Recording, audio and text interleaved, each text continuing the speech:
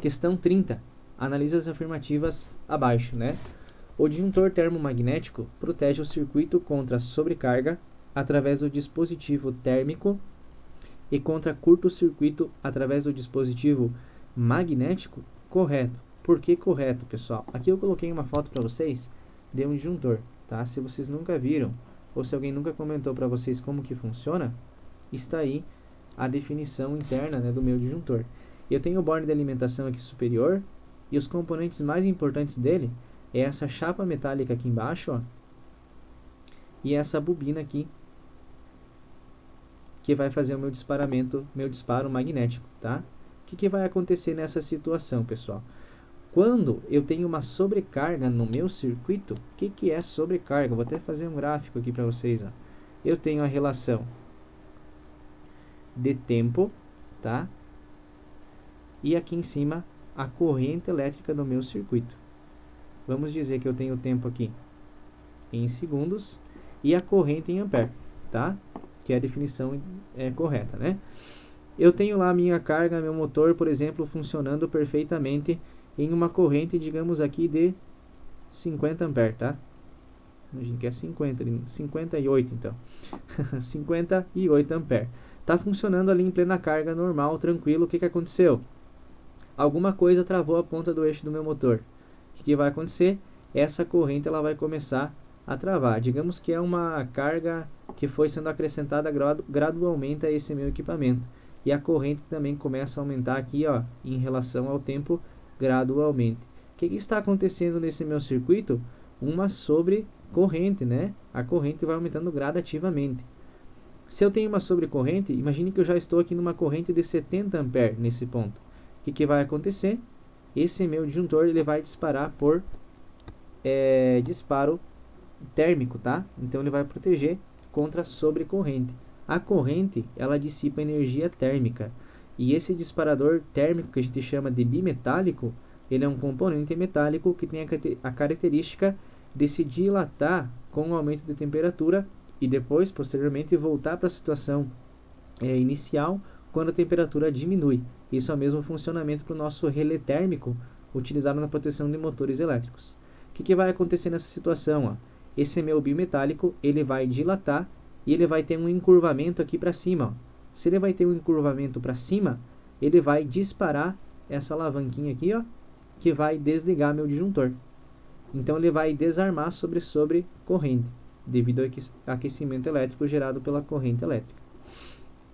Já em curto-circuito, o que vai acontecer? O que é o curto-circuito?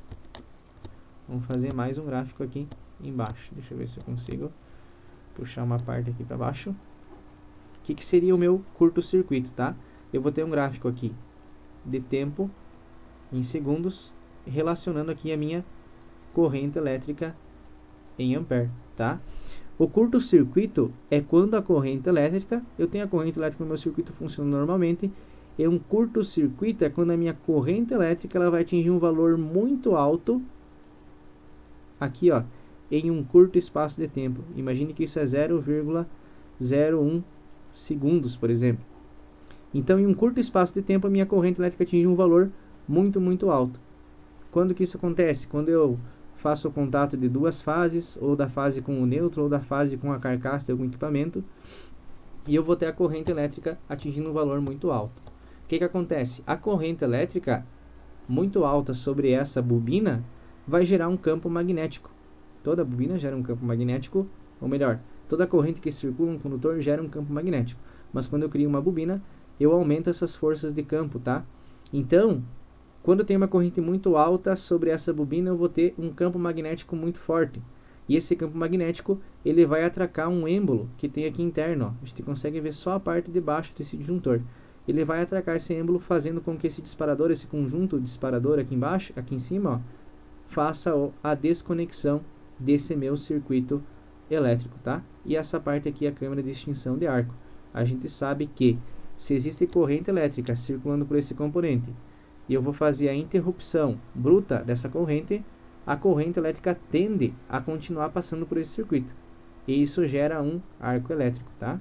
Por isso que eu botei a câmera de extinção de arco elétrico. Beleza? Essa câmera pode ser preenchida com vácuo, com óleo, né, com vários componentes aí para fazer a interrupção do arco elétrico, certo? Então, por isso que a questão 1 aqui, a alternativa 1 está correta.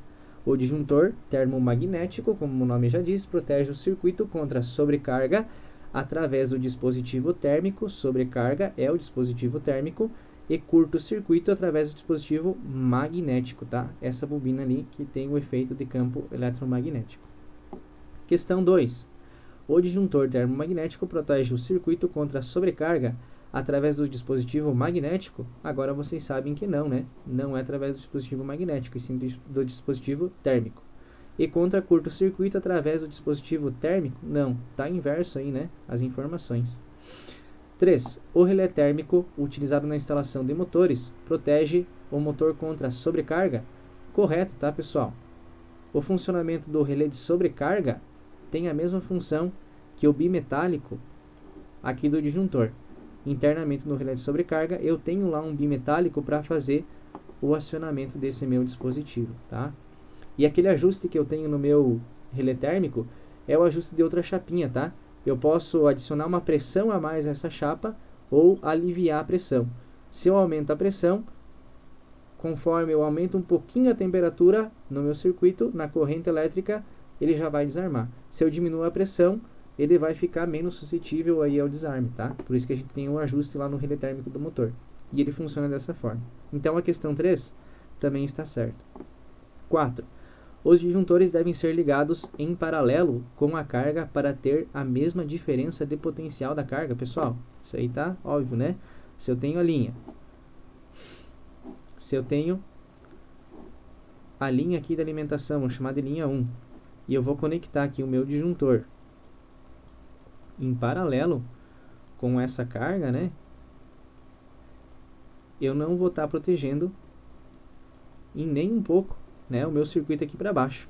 Se o meu disjuntor estiver aberto, eu vou estar levando alimentação para o meu circuito, né? Então aqui está errado, o disjuntor nunca vai em paralelo, vai sempre em série, tá? Para fazer aí a proteção do circuito.